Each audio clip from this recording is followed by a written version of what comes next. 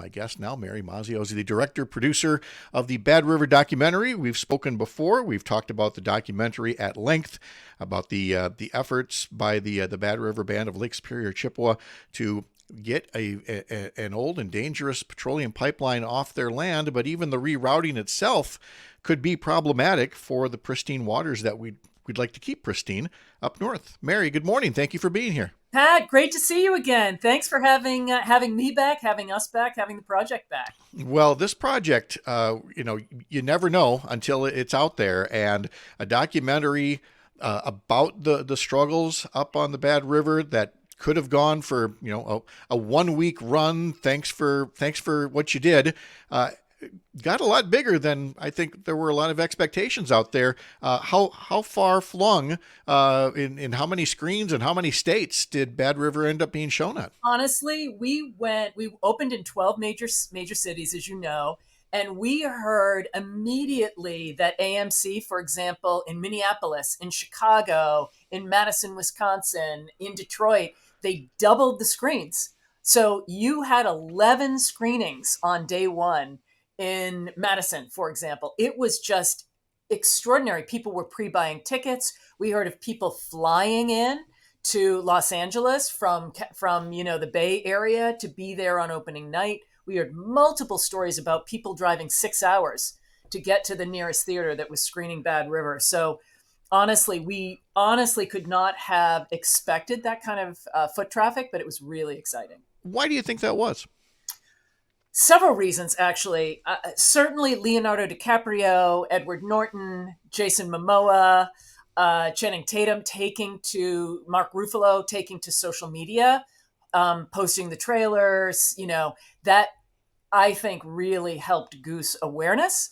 But we've heard that from theater owners that people are going back 2 and 3 and 4 times to see the film. And, when you're making a project like this, you can only hope that you have executed in a way that creates a meaningful experience and great understanding. And so in any event, we were pleasantly thrilled.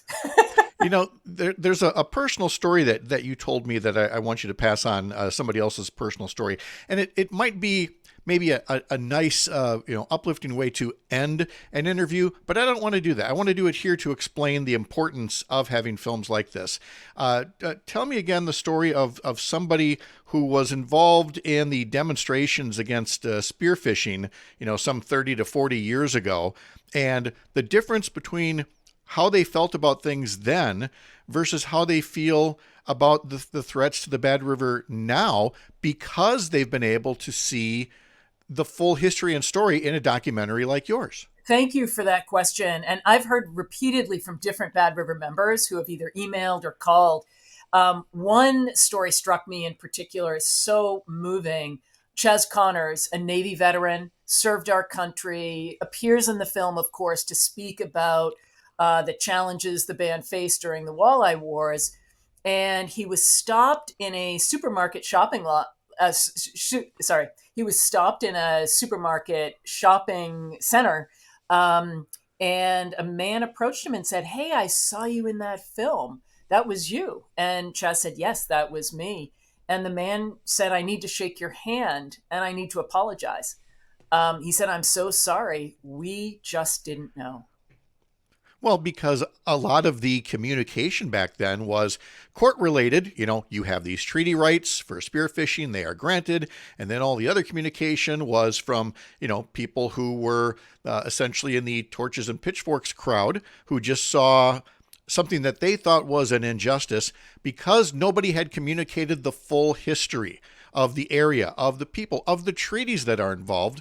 So when you tell me that this documentary has received this kind of acclaim, it just tells me this kind of storytelling and history would have really been useful, 30, 40 years ago as well, to maybe diffuse tensions. 100%. And we're hearing of school districts that are taking their children to see Bad River, sometimes bus rides of up over an hour, Ironwood in Michigan, and all places in Wisconsin. And that's very exciting because to utilize this project as a way to educate young people going forward so they have a greater understanding.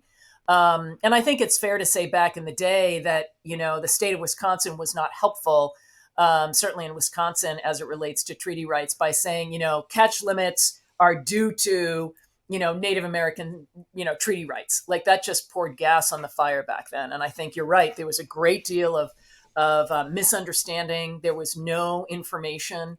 And that was a real problem, obviously, back then. So now you have a situation where, for folks that don't have all the background, Enbridge, their pipeline, this one is called Line 5, and stretches through this part up north, through the Bad River tribal community, and then through Michigan and on its way. It's actually the beginning and the end points are both in Canada. It just happens to come through this part of the United States, and the part that's coming through the Bad River community is old. It's looking like it could be in danger of doing exactly what the Enbridge pipeline did to the Kalamazoo River not that many years ago. And so the question becomes whether Enbridge will move it, can get the permits to move it, or others who say just shut it down. And again, there's going to be plenty of ways to get petroleum products without necessarily, damaging the environment up there. But where do things stand right now, from your understanding of whether any kind of a court is going to rule on whether this pipeline goes away sooner rather than later? Thank you for that. Certainly, the lower court found that the pipeline had to be shut down, and that's the standing order from the federal district court in Wisconsin. And the shutdown has to happen before 2026. That was clear and unequivocal. Of course, the company immediately appealed. There were cross appeals, and it's now before the Seventh Circuit Court of Appeals in Chicago. And the Seventh Circuit reached out to the Biden administration and revived an argument that the lower court had dismissed early on in the case. And Enbridge had made an argument that, well, yes, our rights have expired along 3 miles of this pipeline corridor. It expired 10 years ago, but there's a treaty from the 1970s between the US and Canada that provides for the uninterrupted flow of oil along the pipeline matrix that crosses the border. And this was a very, very clever maneuver to trigger the treaty. And the lower court said, yeah, that treaty doesn't apply. The band has its own treaty. It has rights to its land, stemming from 1854. And so the Seventh Circuit actually reached out to the Biden administration for their opinion. The Biden administration filed what's called a friend of the court, an amicus brief, about a week and a half ago. And the brief is really interesting and a little bit confusing. It clearly stated Enbridge, it characterized Enbridge as a, quote, conscious trespasser with ill-gotten gains over $1 billion. And really criticized the lower court judge for imposing such a tiny, paltry, they called it paltry, financial penalty. Mm-hmm. On the other hand, as it relates to sovereignty and the pipeline treaty argument, the pipeline transit treaty argument, the Biden administration said, well, the band has its own sovereign rights to this land. Enbridge is a trespasser. Normally, we would say the pipeline should be shut down right away, like eject the pipeline. However, because of this treaty, we think there are larger U.S.-Canadian issues at play, and we think the lower court judge should have at least more fully considered them. Not that the treaty applies, but again, this is really confusing language. And I think it's fair to say that in the brief, the administration did not suggest or dive into, well, how did this treaty get triggered in the first place if you are calling the company a wrongdoer and a trespasser? How can a wrongdoer or a trespasser trigger an international, nation to nation confrontation. But there's also such a difference between a 1970s era treaty, which, as I understand it, was by and large the work of the late Senator Ted Stevens, in Alaska, who wanted to make sure that petroleum from the Alaska pipeline would make it down to the lower 48. And again, this is all kind of commerce related, Yep. whereas the other treaty, the one from 1854. That is much more foundational. This is your land. These are your rights. This is where you have sovereignty. It doesn't seem to this very untrained court observer like you can put these two on equal scales of justice. One is existential, and the other is hey, if our pipeline leaks, we don't care because the treaty says you got to keep the petroleum flowing. Pat, I think you just nailed it on the head. This is not a case about oil. No matter what you might hear, this is a case about an aging piece of pipeline that's in a place where it shouldn't be. There are many, many ways to move oil.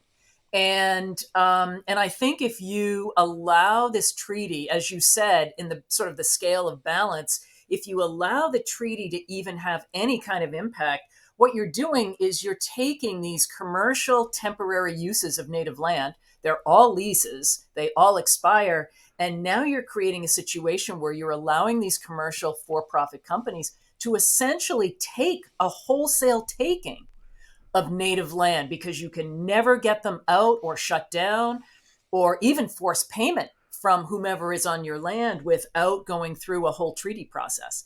And this is you and I talked before, this is a dangerous precedent when a company can resort to a trade agreement, a treaty agreement to resolve its own trespass, if you will. So we've talked about the legal issues, the potential danger to natural resources, but let's talk about the people. Let's talk about the human impact here amongst the Bad River community and what they feel like they have been put through for something that they clearly wanted it. They've clearly stated their intentions, and yet this thing is taking years, and the clock appears to be ticking on this aging pipeline. What part of that is in your documentary, and how do you best illustrate what the community is dealing with? Thank you for that. And I think, the film puts this all into historical perspective. This is one chapter of many, many chapters of taking of land.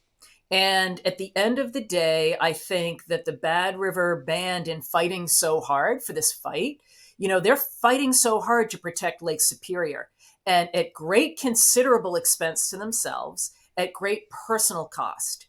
And it's for all of us in the lower 48 that will increasingly be dependent on Lake Superior in the years to come. And certainly, I think the fact that the lower court judge found that this pipeline could burst with the next major flood is terrifying in many ways to the community. Needless to say, I mean, it was not that many years ago that there were just terrible flooding up there, and you could see the aerials, and that was just the natural occurrence of a flash flood without a pipeline rupturing. Can only imagine how much more it would do. Exactly, Pat. And I think, when the pipeline was put in, it was 350 feet away from the Bad River. Today, it's 11. 11. Yeah. And earlier this year, the Bad River Band saw the water tables rise and went to the court and said, look, this is now, we're within inches. I'm exaggerating a little bit, but now we're reaching a real tipping point in terms of the risk here. And the judge said, almost, you're not quite there. You need to agree, the parties need to agree on a shutdown plan. And to date, there has not been a mutually agreed upon shutdown plan. So this is a case that we will follow, and if folks want to learn much more about it, badriverfilm.com is the way to do it. There have been several special showings around Wisconsin and now in other states as well. Streaming now on Comcast through the Bad River website. You can get details, and eventually coming to Peacock as well to see the work put forward by Mary Mazzio, the director and producer of Bad River. Mary, so good to talk to you. Thank you again for the update. And Pat, great to see you. Thank you so much. Appreciate you, appreciate your time this morning. All right. Sounds good. Take care.